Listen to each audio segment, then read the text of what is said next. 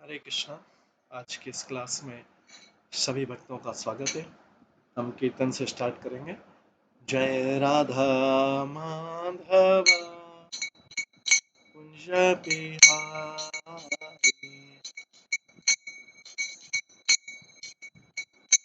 जय गोपी जन वल्लभ गिरिवर धारी, यशोदानंदन ब्रज जन रंजन, यमुना तीरा बनचारी, जय राधा माधव कुंज बिहारी। हरे कृष्णा कृष्णा कृष्णा हरे हरे, हरे राम राम राम हरे हरे।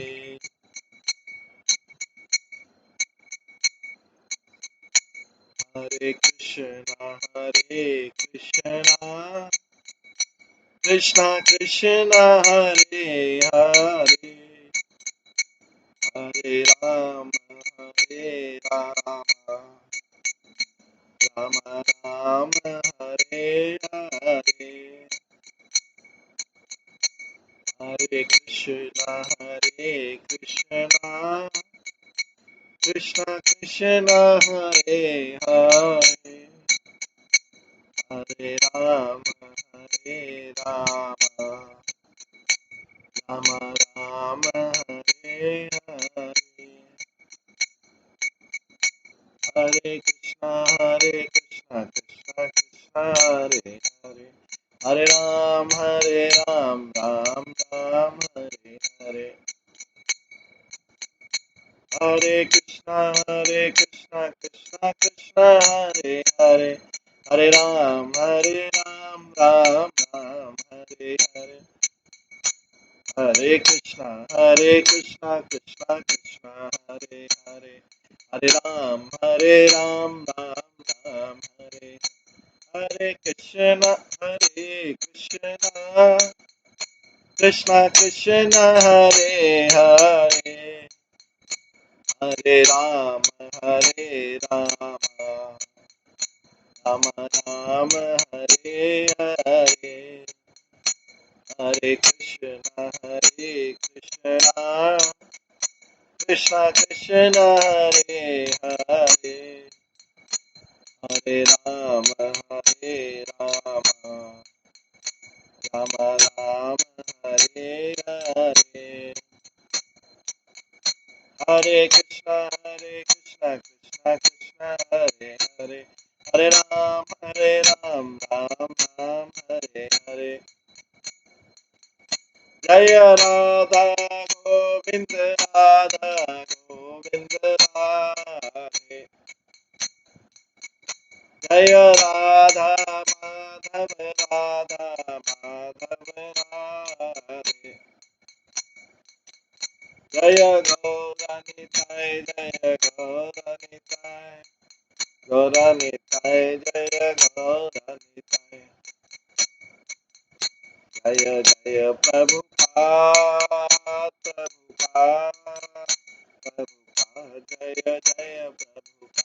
निताय गौर हरि बोल हरि बोल हरि बोल, निताय गौर हरि।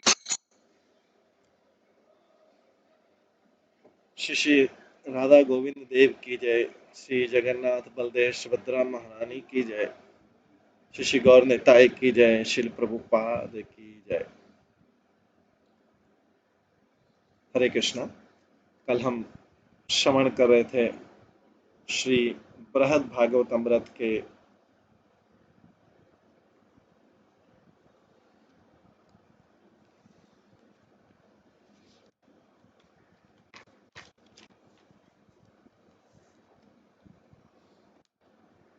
दूसरे भाग के दूसरे हिस्से से, मतलब तीसरा भाग कह सकते हैं, उससे श्रवण कर रहे थे, जिसमें हमने श्रवण किया कि किस प्रकार से एक गोप कुमार अलग अलग धामों में होते, वैकुंठ धाम के बाद द्वारका धाम गए, अयोध्या होते हुए द्वारका में अभी भगवान की सेवा किस प्रकार से हो रही है और उनका किस प्रकार से सम्मान हुआ, ये सब का वर्णन श्रवण कर रहे हैं। वो देखते हैं कि कृष्ण किस प्रकार से द्वारका में रहते हुए भी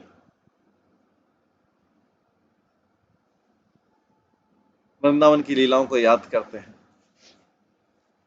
कृष्ण जो है द्वारका में उन्होंने किस प्रकार से गोप कुमार से मिले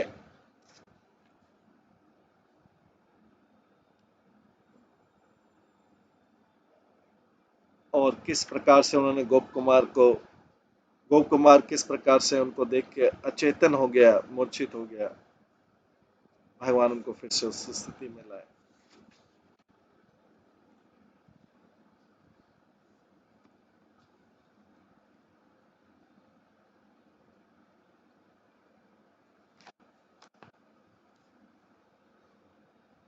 तो आज हम 31वें श्लोक से पढ़ेंगे।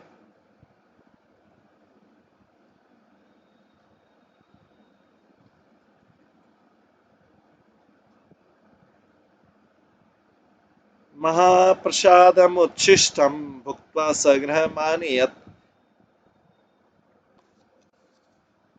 भागवत भाव विज्ञोस्व उद्धवो माम बलाद इव।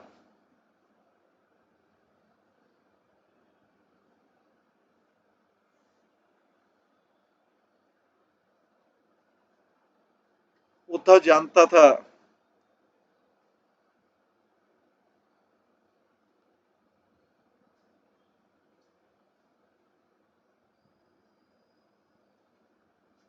भगवान के कितना आनंद है, उद्धव जानते थे भगवान कितने आनंद में है। तो उन्होंने कृष्ण का कुछ महाप्रसाद खाया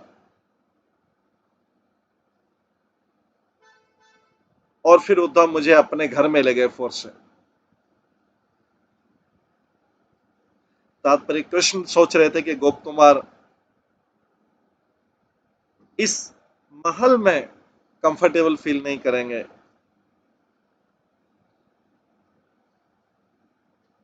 जिसमें इतना सारा ऐश्वर्य है। इसलिए उन्होंने डिसाइड किया कि ये अच्छा रहेगा गोप कुमार के लिए कि उद्धव के घर में रहे वो, क्योंकि उद्धव का ब्रजवासियों के प्रति विशेष प्रेम है।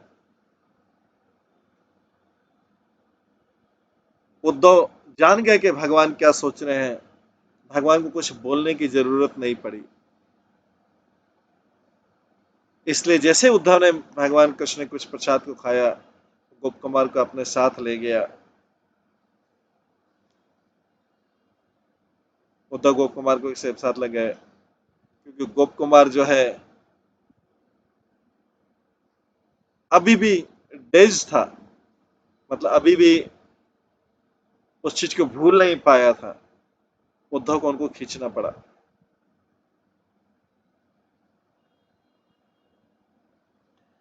तदानीमेव यातो हम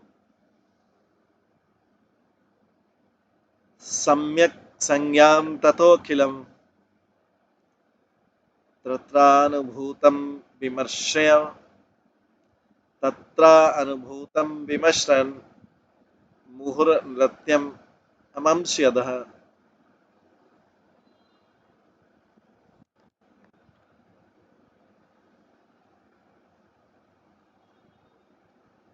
उसके बाद ही मैं सामान्य चेतना में आया। उस पे सोच कर रहा था कि मैंने क्या देखा। मैंने बहुत लंबे समय तक नृत्य किया, फिर सोचने लगा। तात्पर्य सामान्य स्थिति में उद्धव के घर में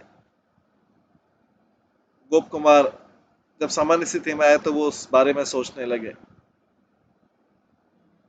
वो सोच रहे थे उनका कितना भाग्य था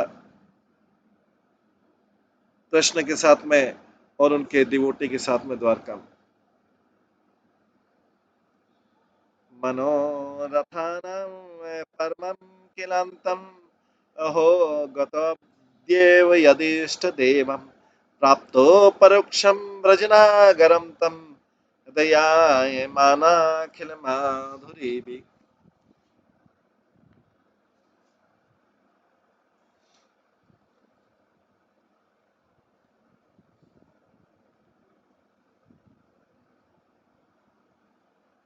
गोप कुमार बोलता है, मैंने वास्तव में अपने आप को बोला कि आज मैंने अपनी सारी इच्छाओं का प्राप्त कर ली, सारी सिद्धियां प्राप्त कर ली, जिसके लिए मेरी आंखें,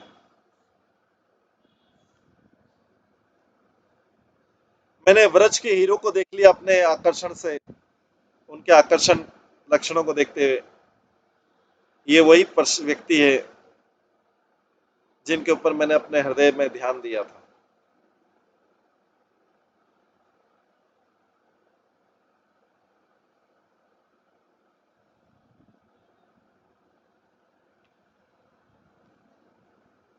तात्पर्य,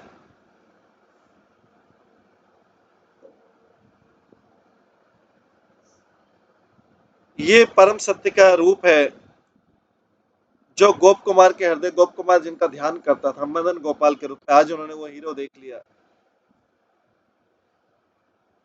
जो ब्रज भूमि का आनंद लेता है और जो भक्तों को अनंत तरीकों से, असंख्य तरीकों से अपनी तरफ आकर्षित करते हैं।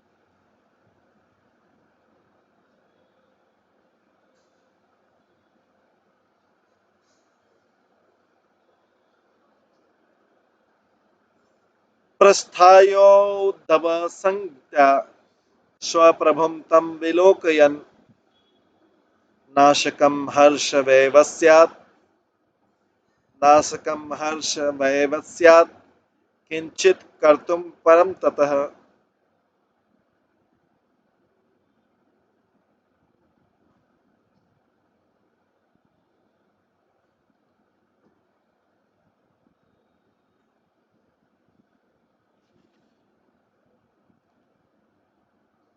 अगले दिन में फिर उद्धव के साथ में भगवान को दर्शन करने गया, द्वारका के भगवान को।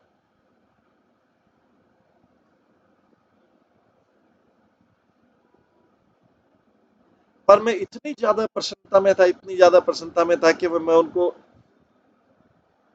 उनके दर्शन ही पर प्रॉपर कर नहीं पा रहा था।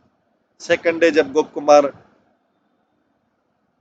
आनंद से फिर से, आनंद की चरम अवस्था में थे,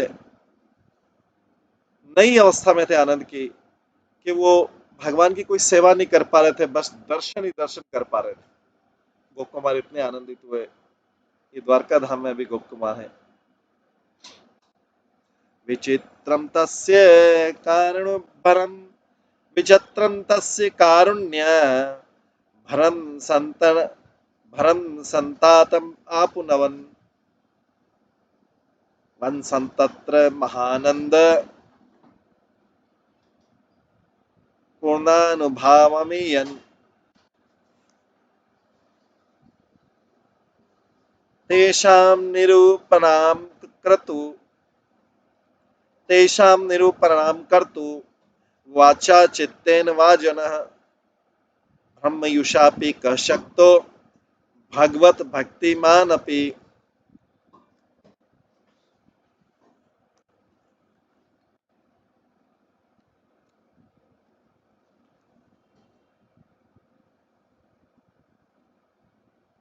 वहां द्वारका में निवास करते हुए मैं लगातार और बहुत अधिक मात्रा में मैंने भगवान की अद्भुत कृपा प्राप्त की। मैंने टेस्ट किया, सुप्रीम परम आनंद को टेस्ट किया, स्वाद लिया, उसका आस्वादन किया। इसका कोई वर्णन नहीं कर सकता या मन में सोच भी नहीं सकता। भगवान का शुद्ध भक्त जैसे ब्रह्मा जिसको ब्रह्मा जी की भी जीवन मिल जाए तो भी वो वर्णन नहीं कर सकता जो भगवान का दर्शन करके मुझे आनंद हुआ। ब्रह्मा जी की आयु मिल जाए तो भी इसका वर्णन नहीं कर सकता। ब्रह्मा जी की आयु का एक दिन 432 करोड़ साल होता है, 432 करोड़। उसकी आयु ऐसे 100 वर्ष में मिल जाए तो भी मेरे को इतना आनंद हुआ भगवान का दर्शन करके कि मैं ब्रह्मा जी की आयु में वर्णन नहीं कर सकता। तात्पर्य में लिखते हैं कि भगवान की जो द्वारका में महिमा है वो बड़े बड़े विद्वान, बड़े बड़े योगी और शुद्ध भक्तों के लिए भी वर्णन करना मुश्किल है।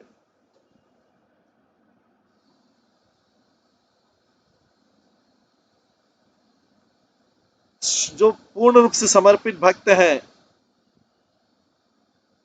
वो भी बड़े दुर्लभ तरीके से उस महिमा को अपने मन में या शब्दों में रख पाते हैं। आगे बोलते हैं कि गोप कुमार वर्णन कर रहे हैं भगवान के सामने, मोक्षे सुखम ननु महत्तमुच्यते यत् तत्कोटि कोटि गुणितं गदितं विकुंठे युक्त्या कयाचित् अधिकं किल कौशलयम् यद्वारकाभाममिदं तु कथं निरूप्यम्।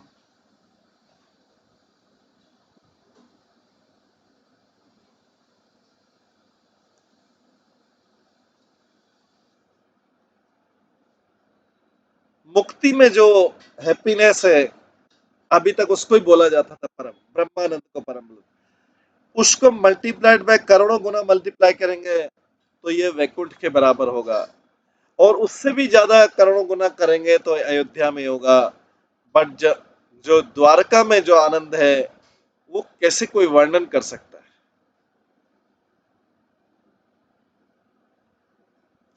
तो जो भगवान के निराकार पूजक रहते हैं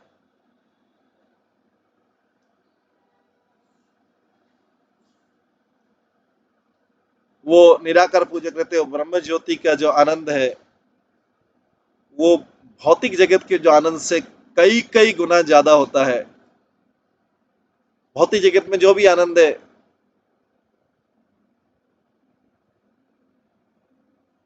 वो ब्रह्म ज्योति के आनंद से कई कई कई गुना ज्यादा है, मिलियंस टाइम। लेकिन वो ये जानते नहीं है कि उसके ऊपर आध्यात्मिक जगत है जिसमें हैप्पीनेस कई गुना ज्यादा है। हालांकि वैष्णव लोग ओपनली क्लेम करते हैं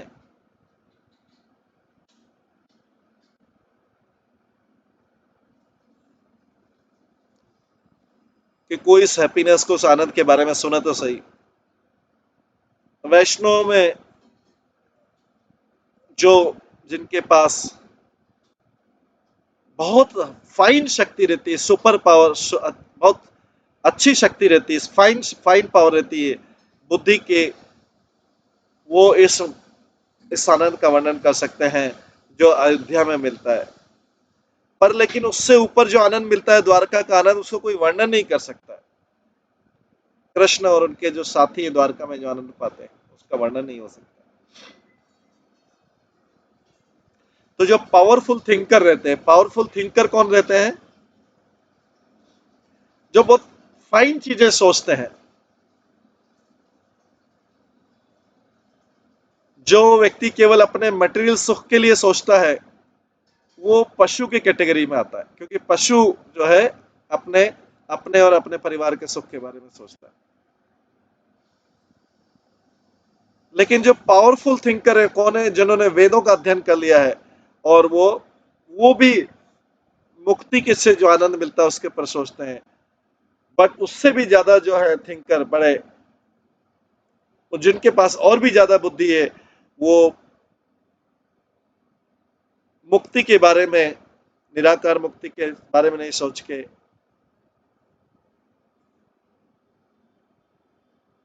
वैकुंठ के हैप्पीनेस के बारे में सोचते हैं। क्योंकि जो निराकार का सुख है वो सुख कहां से आया? निराकार जो ब्रह्म ज्योति का सुख है, जो ब्रह्म ज्योति का सुख कहां से आया है? कि भगवान तो है नहीं वहां पे, भगवान अपने रूप को दिखाते नहीं है। भगवान अपने रूप को दिखा नहीं तो वहां पे कहां से आया वो सुख, आनंद कहां से आया?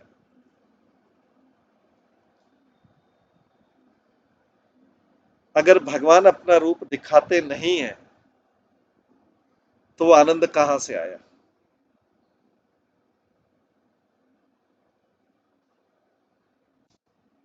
तो बताते हैं कि एब्सेंस ऑफ मटेरियल मिजरी, क्योंकि ब्रह्म ज्योति में भौतिक दुख नहीं है, तो वही वहां का सुख है। भगवान के नहीं रहते हुए कितना आनंद मिल सकता है? बस उतना ही कि भौतिक दुख नहीं। भगवान है मतलब अपने निराकार रूप में और ऐसे रूप में जो सबको दिखाई नहीं दे सकते। तो इसलिए बैकुंठ का सुख उससे कहीं ज्यादा है, क्योंकि बैकुंठ में तो भगवान है, निवास करते हैं बैकुंठ। बैकुंठ में भगवान निवास करते हैं, इसलिए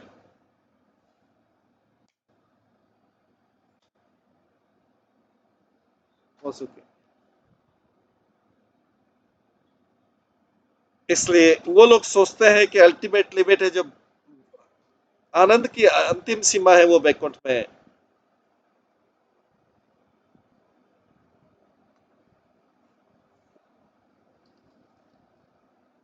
पर जो आध्यात्मिक अयोध्या धाम है, जिसमें भगवान के सेवक उनकी एक्सक्लूसिव सेवा करते हैं,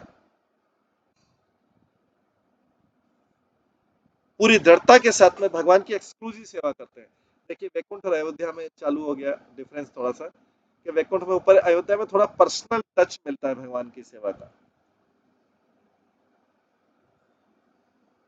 इसलिए अयोध्या की सेवा का आनंद वैकुंठ की सेवा से ज्यादा है। लेकिन उससे भी ज्यादा है, अयोध्या से भी ज्यादा है हैप्पीनेस द्वारका में। कोई भी स्पेक्युलेटर, कोई भी अनुमान लगाने वाला, गैस करने वाला इसको एनालाइज नहीं कर सकता है, बट ये तो है वहां पे। ये केवल डिवोटिस का सेंटीमेंट नहीं है, क्योंकि अथॉरिटीज ने बोला है, आधिकारिक जो है, वेदों के, पुराणों के जो अधिकारी हैं, उन्होंने बोला है, स्वयं बोला है कि वहां का सुख जो है अयोध्या के सुख से कई गुना ज्यादा, द्वारका का सुख। आगे बोलते हैं, तत्रापि तस्येदिद्रक्ष जीवेच्छा प्राप्य तदेकदयत्सुजनस्य यत्स्यात् प्रत्याकयाशु वचसो मनसोऽप्यवत्तवात्तं तद्वै विदुस्तद् उचितामनि तद्विदस्।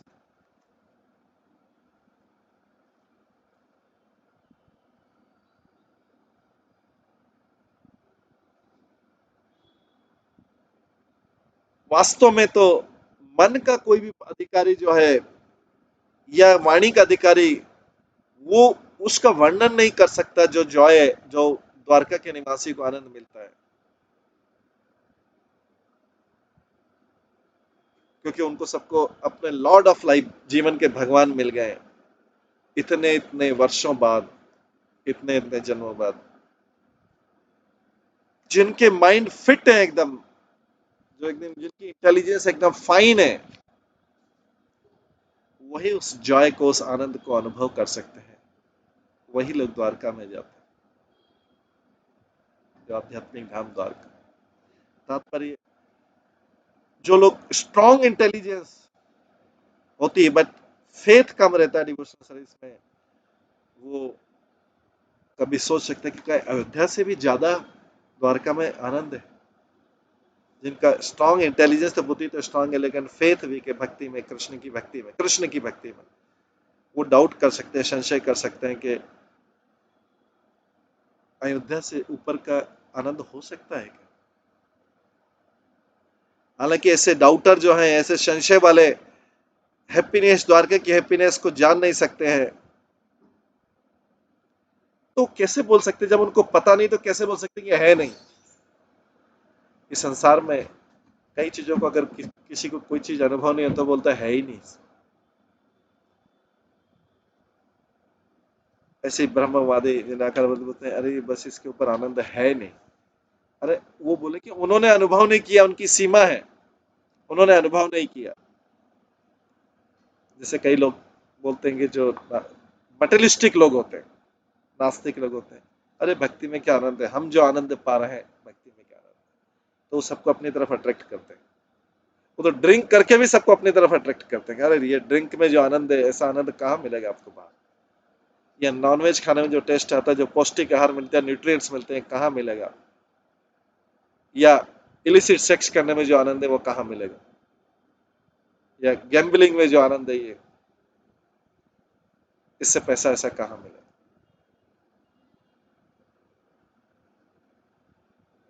क्योंकि उन्होंने उसके ऊपर का आनंद अनुभव नहीं किया है। लेकिन जो भक्ति में वो बताते हैं, फिर जो उससे ऊपर भक्ति, जो उससे ऊपर भक्ति, तो यहाँ पे बता रहे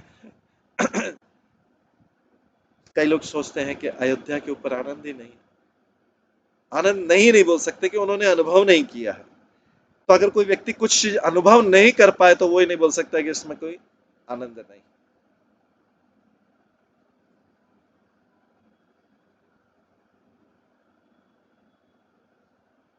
जैसे किसी व्यक्ति को, जो व्यक्ति रोज खा रहा है उसको नॉर्मल खाने में आनंद नहीं आएगा क्या, रोज रोज सेम खा रहा, लेकिन जिसने कई दिनों से नहीं खाया होगा, जिसने कई दिनों से नहीं खाया होगा, उसको उसका टुकड़ा भी मिल जाएगा, बोलेगा क्या टेस्टी, क्या आनंद। तो इस जगत का आनंद रिलेटिव है।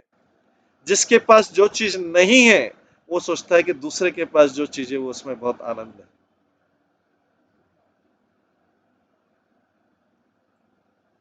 वो उससे ऊपर वाला सोचता है दूसरे के पास जो चीज है उससे आनंद है, उसके पास सोचता है वो उसके पास आनंद है। ऐसा व्यक्ति अनुमान ही लगाता रहता है, पूरा जगत अनुमान लगाता रहता है।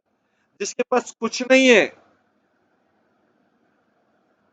उसको अगर दो रोटी मिल जाए, और जब बहुत भूख एक्सट्रीम में हंगरी, 2-3 दिन से खाया नहीं है कुछ भी, अगर उसको दो रोटी और वो चपाती और दाल मिल जाए या राइस मिल जाए, वो तो जैसे लूट खजाना मिल गया।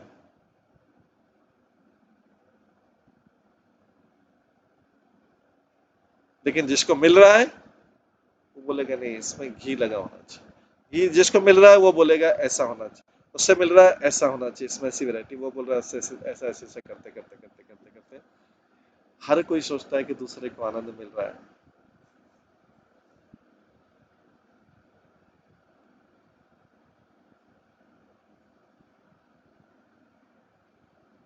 फिर लगता है कि वेस्टर्न लोग जो पश्चिमी देशों में खाना खाते हैं बहुत अच्छा रहता है।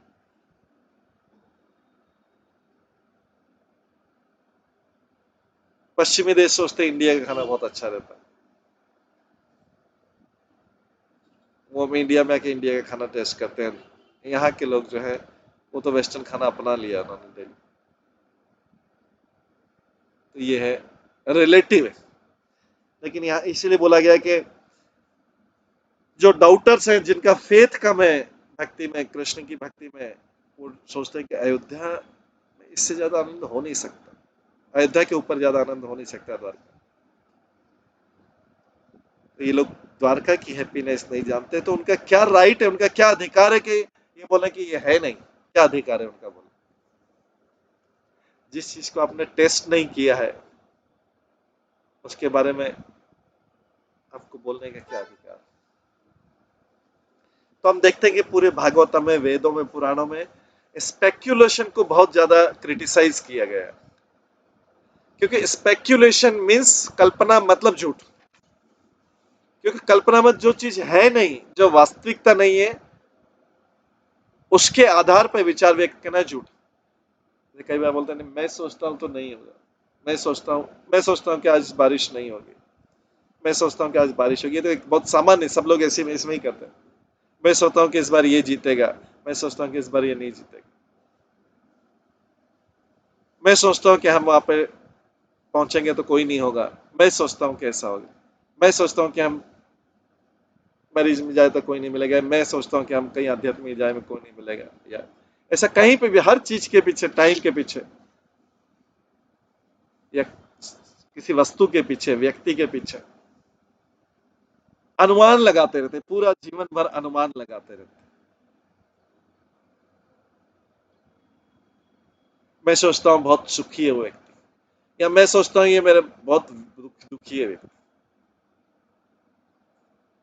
ऐसे अनुमान पूरा जीवन भर, इसलिए शास्त्रों में बार बार आता है स्पेक्यूलेटर। तो यहाँ पे स्पेक्यूलेटर फिर यहाँ पे भी क्या करें कि अयोध्या से ज्यादा सुख हो सकता है क्या द्वारका में, आनंद हो सकता है? तो यहाँ पे बोला गया है उनको क्या राइट है, वो नहीं बोल सकते कि हाँ हमें पता नहीं है वहां का सुख, लेकिन ऐसा हो नहीं सकता है उनके हिसाब से डिक्लेयर कर देते हैं, कंक्लूड करते हैं स्पेक्यूलेटर नहीं है ऐसा, तो ये एक झूठ और काउंट हो गया। इस तरीके से व्यक्ति हजारों लाखों करोड़ों झूठ बोल देता है अपने जीवन, कल्पना के आधार पर।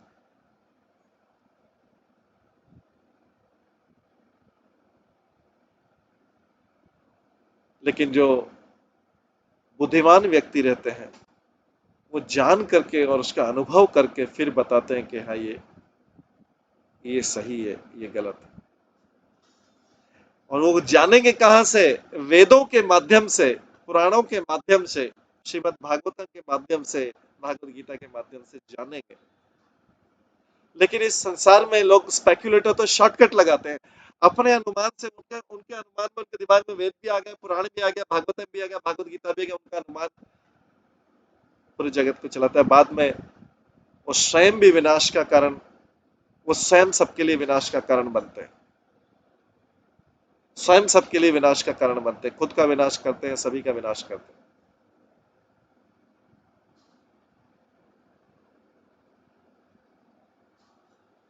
और ऐसे व्यक्ति बोलते हैं कि गलती तो सबसे होती है।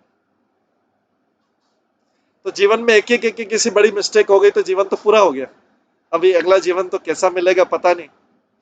हर कोई व्यक्ति ये भी स्पेकुलेटर का है कि गलती तो सबसे, गलती करते रहते बोलते थे एक बार ये, एक बार अलग अलग टाइप की मिस्टेक करने में पूरा जीवन निकल जाता है, खत्म हो जाता है। हालांकि लिखा है कि टू एयर इज ह्यूमन में गलती करना, लेकिन ये बेसिक व्यक्ति के लिए लिखा है। इवन सब आध्यात्मिक में आता है बेसिक व्यक्ति के लिए, जिसने कुछ नहीं सीखा हो वो मनुष्य गलती करता रहता है। लेकिन इसमें लिखा है जो स्ट्रॉन्ग इंटेलिजेंस वाले हैं और जो फाइन इंटेलिजेंस वाले हैं वो मिस्टेक नहीं करते, क्योंकि उन्होंने सीख लिया, पढ़ लिया, सुन लिया, जल्दी से जल्दी पढ़ लिया, सीख लिया सब। लेकिन जो मूर्ख व्यक्ति जीवन के अंत तक बोलते गलता रह करेगा, उसको जस्टिफाई करता है कि गलती तो करना मनुष्य का स्वभाव, ये उस मनुष्य का स्वभाव है जो रॉ फॉर्म में है, क्रूड फॉर्म में है,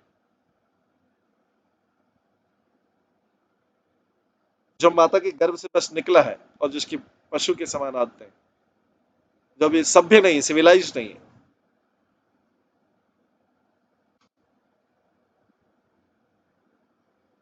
तो जो मूर्ख व्यक्ति होते हैं ऐसे कुछ बड़ी बड़ी बड़ी गलती करके अपने जीवन को वैसे ही खत्म कर लेता है।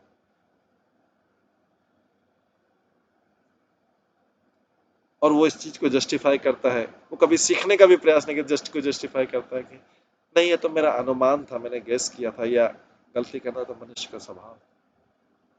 लेकिन अगर महान संत शुद्ध भक्त भी बोल दें ऐसा, भगवान के महान संत या शुद्ध भक्त भी बोलते हैं गलती करना, तो फिर कौन उनकी बातों पर विश्वास करेगा, कौन उनकी कथाएं सुनेगा? अगर वो भी बोलते हैं गलती से वो कथा बोल दी थी मैंने, अभी दूसरी ये फ्रेश ये कथा, ऐसा कभी किसी विद्वान पुरुष या उसको देखा है? गलती से कल जो कथा बोली थी वो गलती से थी, आज ये नई कथा से, फिर आज बोल रही परसों की ये नई कथा से, तो लोगों का तो फेथ नहीं रहेगा भगवान।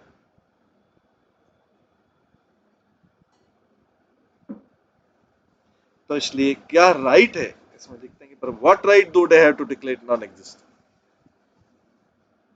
ये सनातन गोस्वामी लिखते हैं। वहां पे दूसरे मोर क्वालिफाइड पर्सन है, जो योग्य पर्सन है उनसे करवाओ, वो बोलते हैं क्या? योग्य पर्सन से पूछो कि वो है क्या सही। There are more qualified people, person who know the taste of it, वो तो जानते हैं, उन्होंने के द्वारका का आस्वादन किया, उन्होंने वेदों से, शास्त्रों से, भक्तों से जो पहुंच गए उनका अनुभव किया। हालांकि मन और शब्द जो हैं बहुत मुश्किल से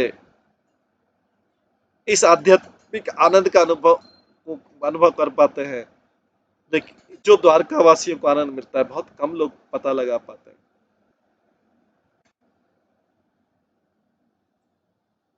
तो यहाँ पर ये वर्णन किया गया है, लॉजिक से किया गया है, सपोर्टिंग के किस तरीके से वहां पे आनंद ज्यादा है, जिससे वो कृष्ण के प्रति उनका उत्साह कृष्ण के प्रति उनकी भक्ति का शुद्ध उत्साह बना रहे।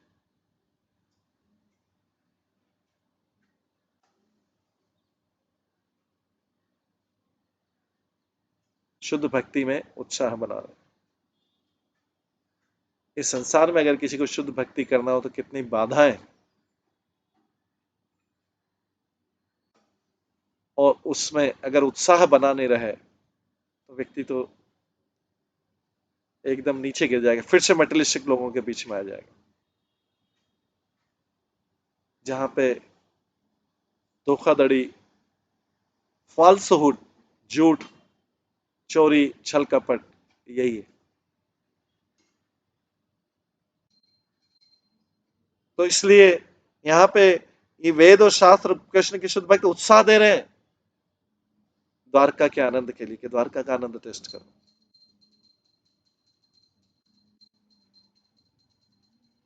कृष्ण के जो एस्पायरिंग डिवोटी हैं, एस्पायरिंग वर्ष पे उनका मजबूत कर रहे हैं, यहाँ द्वारका का आनंद इससे भी बड़ा है। नहीं तो कोई बोल दे कि अरे अयोध्या के आनंद सब, उसके ऊपर क्या आनंद है, तो व्यक्ति वैसे ही निराश हो जाएगा। इसलिए बुद्धिमान व्यक्तियों के बीच में अगर रहेंगे, संगति करेंगे, जो आध्यात्मिक से बुद्धिमान है, तो उत्साह मिलेगा। मूर्खों के बीच में संगति करेंगे, वो बताएंगे कि इस भौतिक जगत में आनंद, वो अपने दुख को छुपाते हैं और शो करते हैं कि वो बहुत प्रसन्न है। जबकि भागवत गीता बताते हैं संसार दुखालय है, क्लियरली बोलते हैं, झूठा एडवर्टाइजमेंट नहीं करते।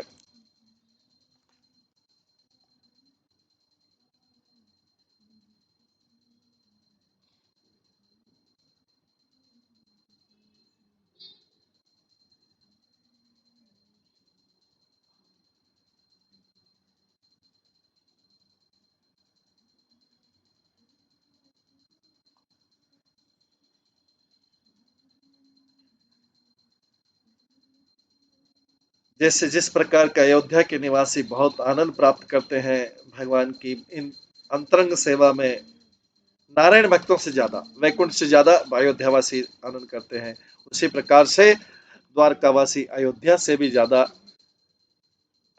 आनंद प्राप्त करते हैं, क्योंकि पर्सनली कृष्ण से अपने फ्रेंडशिप मूड में, सखा भाव में कनेक्टेड है।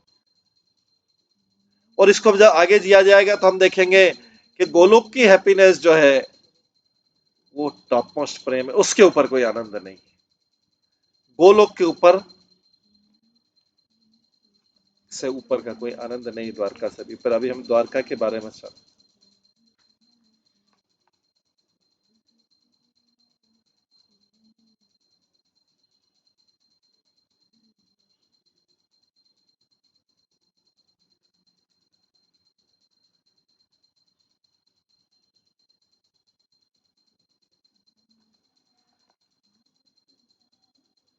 आगे बोलते हैं 39 श्लोक में, एवं वसंतम माम तत्र श्रीमद यादव श्रीमद यादव पुंगव विश्व भायंतर आनंद दिदरक्षदा हृदयो ब्रवान।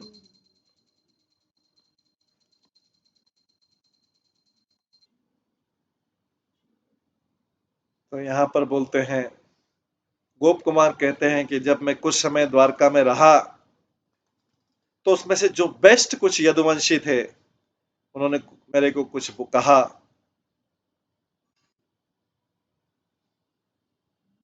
वो चाहते थे, उनका हृदय पिघलता था कि वो चाहते थे कि, बड़े उत्साह था कि वो हर जगत में, पूरे संसार में सबको प्रसन्न देखना चाहते थे, वो सबको प्रसन्न देखना चाहते थे। ये महान यदुवंशियों का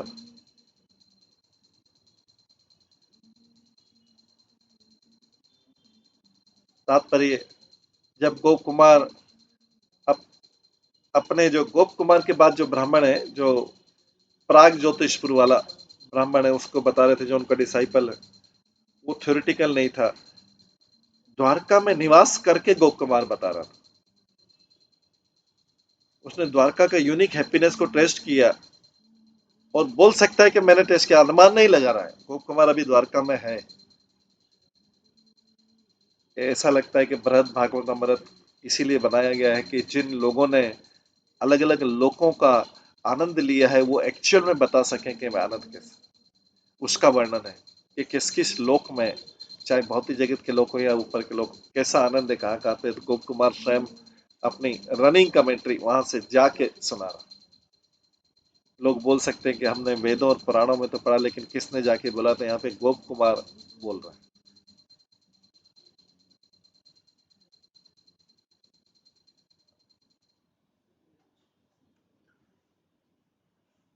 अपने निवास के एक दिन उसको अप्रोच किया, उसके पास कोई गए, कुछ चिंतित डिवोटी थे उनके, उसके पास में गए। वो जो चाहते थे, वो चाहते थे कि सबसे बड़ा जो आनंद है वो सबको मिले।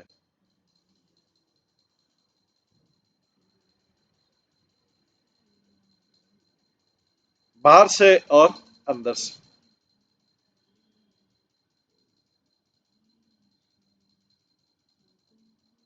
बाहर से और अंदर से,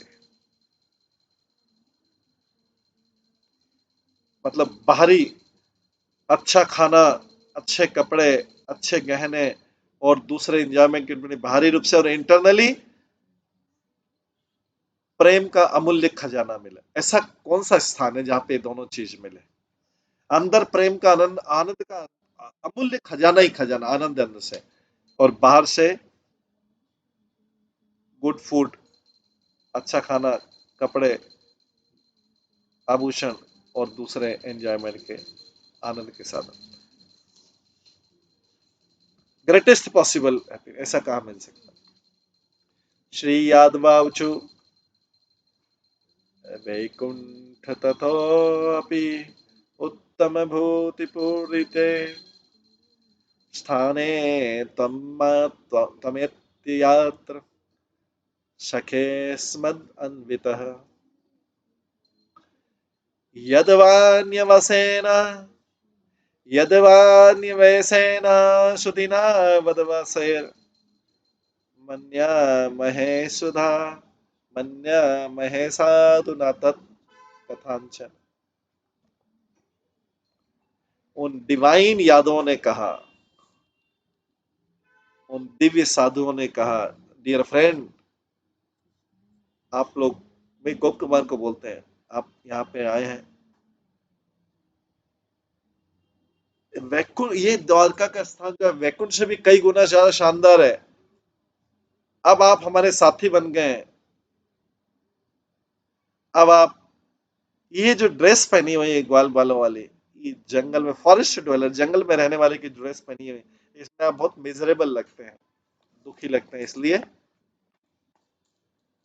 अभी वो क्या देना चाह रहे हैं? द्वारका की ड्रेस देना चाह रहे हैं, राजसी ड्रेस, क्योंकि अभी द्वारका में रह रहा है तो उन्होंने सोचा परमानेंटली रहेगा अभी द्वारका में, वहां की ड्रेस पहन लो भाई अभी यहाँ। तो तात्पर्य में ऑफ कोर्स गोप कुमार भौतिक मिजरी से ऊपर था।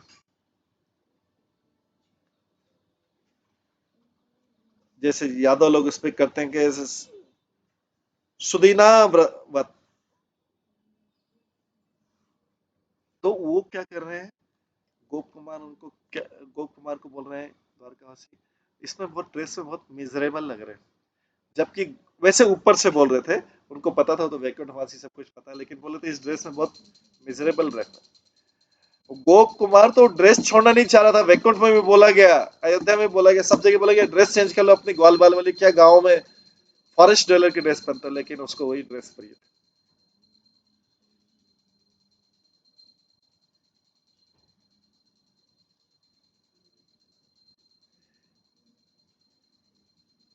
तो उसको वास्तव में उस ड्रेस में आनंद आ रहा था, लेकिन बाकी सब लोग सोच रहे कि उसको ड्रेस में आनंद नहीं आ रहा। इसी तरीके से संसार में जो लोग शुद्ध भक्ति में है, शुद्ध भक्ति में है, उनको उसमें भक्ति में आनंद था, लेकिन बाहर के लोग सोचते हैं इनके पास धन नहीं है, तो बहुत दुखी लोग हैं।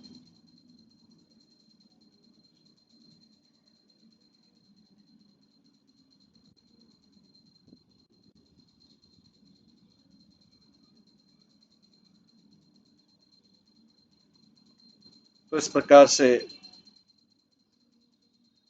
फिर भी वो फील कर रहे हैं कि गोप कुमार जो है ने एक ये जो ड्रेस पहन रखी है, ये द्वारका के साथ मैच नहीं करती है।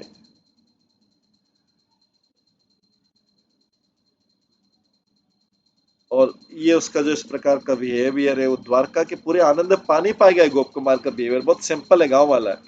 ये द्वारका के आनंद पा नहीं पाएगा।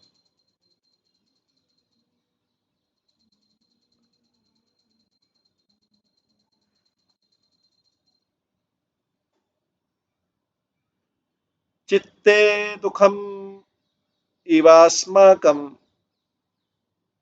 चित्ते दुखम इवास्माकम अपि किंचिद भवेदतः स्वतः सिद्धम तमक्ष्मम, स्वतः सिद्धम,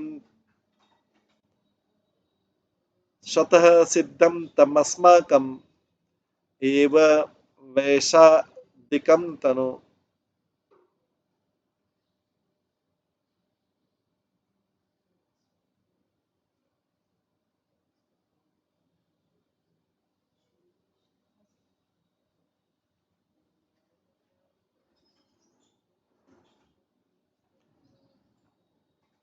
तो द्वारकावासी क्या बोलते हैं?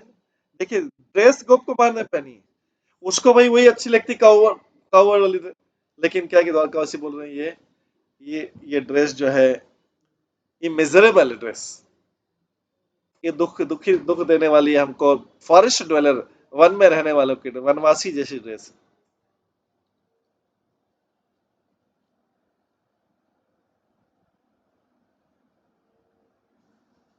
तो द्वारकावासी क्या बोलते हैं, इससे हमारे मन को कष्ट मिलता है आप ऐसी ड्रेस पहने हुए। सो इसलिए दूसरा टाइप का ड्रेस लीजिए, दूसरे टाइप का लुक दीजिए। जो यहाँ पे रहते हैं उनको सारा वो लुक देखने को मिलेगा।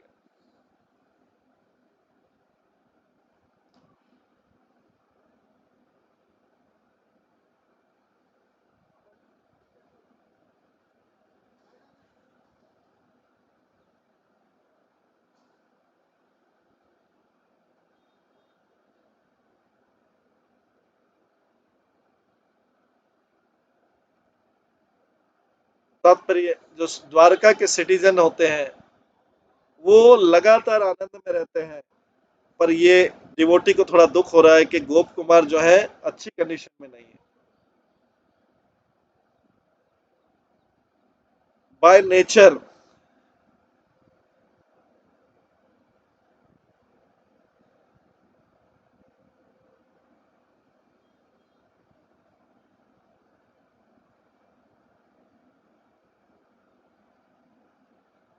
बाय नेचर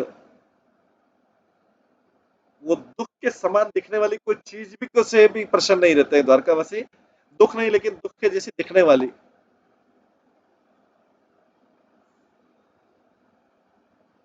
गोप कुमार को आश्चर्य नहीं होना चाहिए कि अच्छी ड्रेस कहाँ मिलेगी, क्योंकि द्वारकावासी के पास तो तुरंत बोलेंगे हाँ भरेंगे, द्वारकावासी सारी चीज अरेंज कर देंगे। क्योंकि द्वारका का एटमॉस्फेयर ही सारी चीजें प्रोवाइड कर सकता है जो उसको मिलती।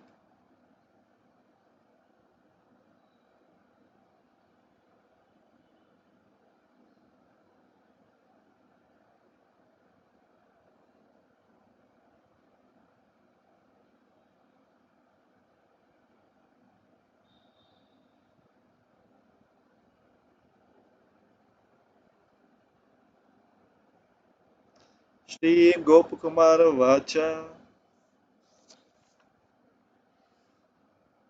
तेषां तत्र गणा, तेषां तत्र ग्राहेणापि स्वचित्तस्य अचितस्य च अलधभव स्वरसं तेषु निचाके निचन वत् स्थितः।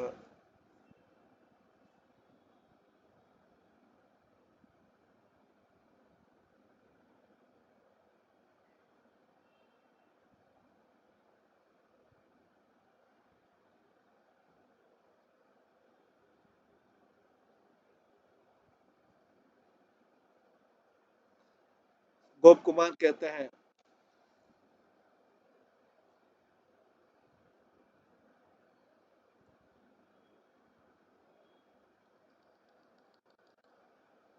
हालांकि ये द्वारकावासी बोल रहे हैं, यदुवंशी बोल रहे हैं, लेकिन फिर भी मैं वैसी ड्रेस में रहा, सिंपल डिवोटी रहा, क्योंकि उनकी ड्रेस पहन के मैं उस उनकी ड्रेस पहन के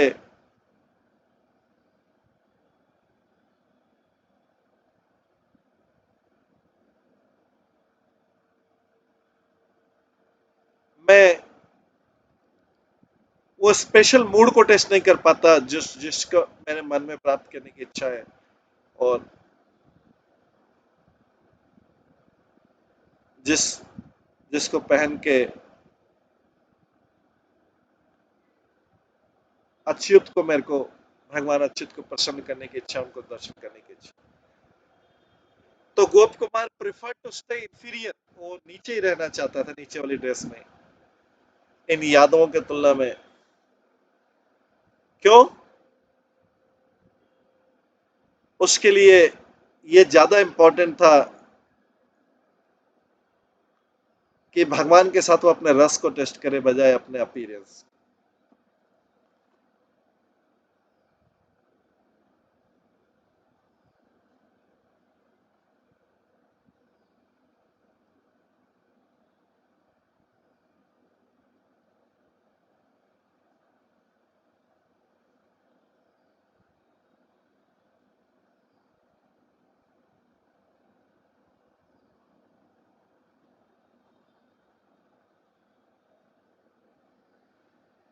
आसीनस्य सभामध्ये सेवितस्य महादेवी पार्श्वे भगवतो अथाहं गन्तुं लज्जे बिभेमि च।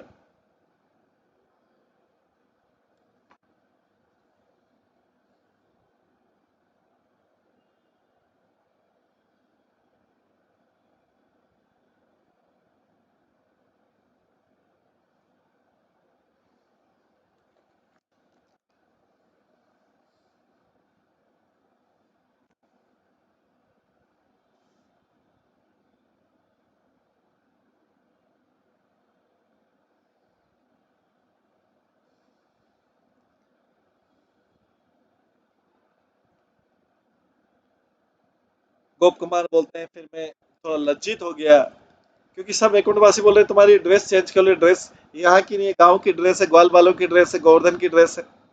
यहाँ तो देखियो सब द्वारका में सब राजसी ड्रेस। मैं थोड़ा लज्जित हो गया और भगवान के पास जाने से डरने लगा, जब वो अपने सिंहासन पर बैठे थे और अपने ऐश्वर्य के द्वारा सेवित हो रहे थे। तात्पर्य तो अपना जो अनब्रोकन, उसका मूड ब्रेक नहीं हुआ था कहीं पे भी, सर्विस का, गोप कुमार का। उन्होंने यादवों के, बड़े बड़े यदुवंशियों के जो भगवान के महान भक्त हैं, उनका सजेशन मानने से इनकार कर दिया कि आप ड्रेस चेंज कर लो। पर इससे उसका हृदय और भी डिस्टर्ब हो गया, क्योंकि अब जब ये मैटर उसके ध्यान में लाया गया, वो थोड़ा अनकंफर्ट फील होना कि सब लोग मेरे ड्रेस की तरफ देख रहे हैं। अभी उसको लगा कि मैं भगवान कृष्ण के सामने जाऊं क्या इस कंडीशन में। उसको ऐसा लगने लगा कि उसका अपीयरेंस इतना ज्यादा है कि वो कोई कुछ गलती नहीं कर बैठे। उसका ड्रेस जो है, वो थोड़ा लज्जित भी हुआ, संकुचित भी हुआ, और वो आप आपुलेंस को देख के प्रभावित हुआ। उसने देखा कि सुधर्मा हाल में बड़े बड़े राजा हैं, संत हैं, देमी गॉड हैं। उसका अनइजीनेस जो है, उसका अनइजीनेस जो है कृष्ण के सामने आया।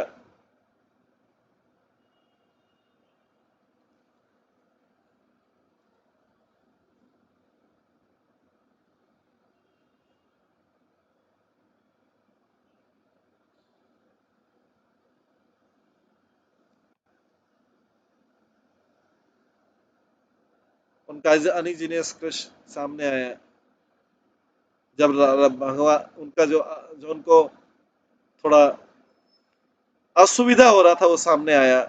बिकॉज भगवान सिंहासन पे सामने बैठे थे।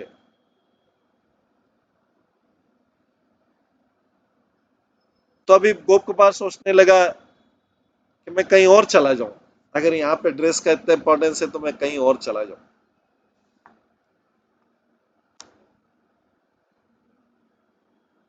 चतुर्भावम अपि यस्य पश्येम तत्र कहिर्चितः न च क्रीडा विशेषम तम ब्रज भूमि कृतम सदा।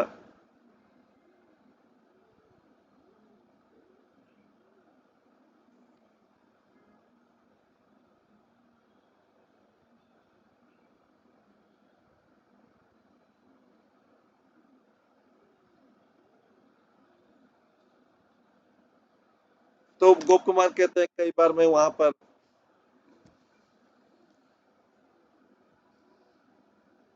भगवान को चार भुजाओं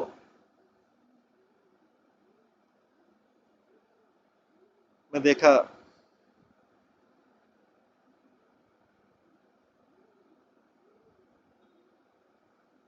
और कई बार दो भुजाओं में देखा, लेकिन भगवान कृष्ण का जो विशेष लीला ब्रज भूमि में होता है वो नहीं देख पाया मैं, वैसा रूप नहीं देख पाया, ब्रज भूमि वाला रूप नहीं देख पाया। तात्पर्य में जब रुक्मणी जैसे भक्त उपस्थित हैं तो गोप कुमार उनको ब्रज रूप में नहीं देख पाया। जब भगवान नारद मुनि से या अर्जुन से बात करे थे, गोप कुमार मुश्किल से देख पाया कि भगवान, देख नहीं पाया कि भगवान गाय चरा रहे, वो रूप नहीं देख पाया। बीच बीच में कभी कभी कभी उनको दिखता था कि भगवान वृंदावन में ऐसा रूप दिखता था, लेकिन बाकी टाइम राजसी कामों में ही देखा।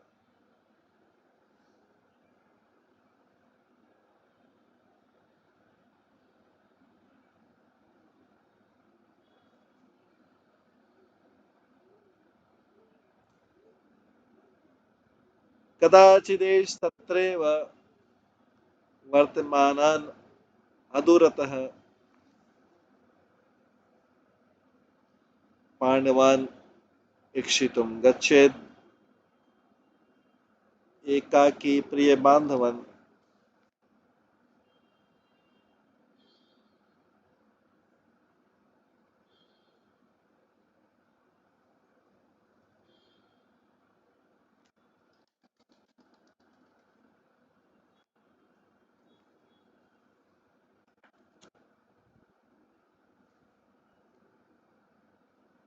कई बार भगवान जो है अकेले जाते थे अपने फ्रेंड पांडवों से मिलने, जो पास में ही रहते थे। ये सब द्वारका धाम की महिमा है। तो तात्पर्य, पृथ्वी पे तो भगवान, जो पांडव है द्वारका से कुछ दूरी पर हस्तिनापुर में रहते हैं, इसलिए भगवान को ज्यादा दूरी चलनी पड़ती है, लेकिन द्वारका में सिचुएशन डिफरेंट है। पांडवों का अगर निवास स्थान दूर भी है, द्वारका से बहुत दूर है फिजिकली, तो वहां पे तो टाइम और स्पेस का कोई सीमा नहीं है। भगवान की इच्छा से, इच्छा करते से वो प्लेस एकदम पास में आ जाता है, साथ में आ जाता है। ये सब गोप कुमार देख रहा है। गोप कुमार ये सारी चीजें देख रहा है।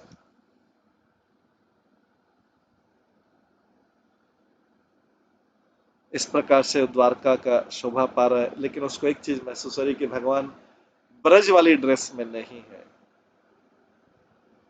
भगवान किस ड्रेस में? ब्रज वाली ड्रेस में नहीं। तो अभी ये द्वारका का आनंद हम कल भी रहते रहेंगे। द्वारका में कैसा है, गोप कुमार जी वहां से रनिंग कमेंट्री सुना रहे हैं, द्वारका में है अभी। इसके आगे का आनंद हम कल की क्लास में लेंगे। अभी इस यहाँ पे समय हो गया है, इसको यहीं पे विराम देते हैं। सभी भक्तों का बहुत बहुत धन्यवाद। सभी भक्तों के लिए एक बार हरे कृष्ण महामंत्र का जप करते हैं। हरे कृष्णा कृष्णा कृष्णा हरे हरे, हरे राम राम राम हरे।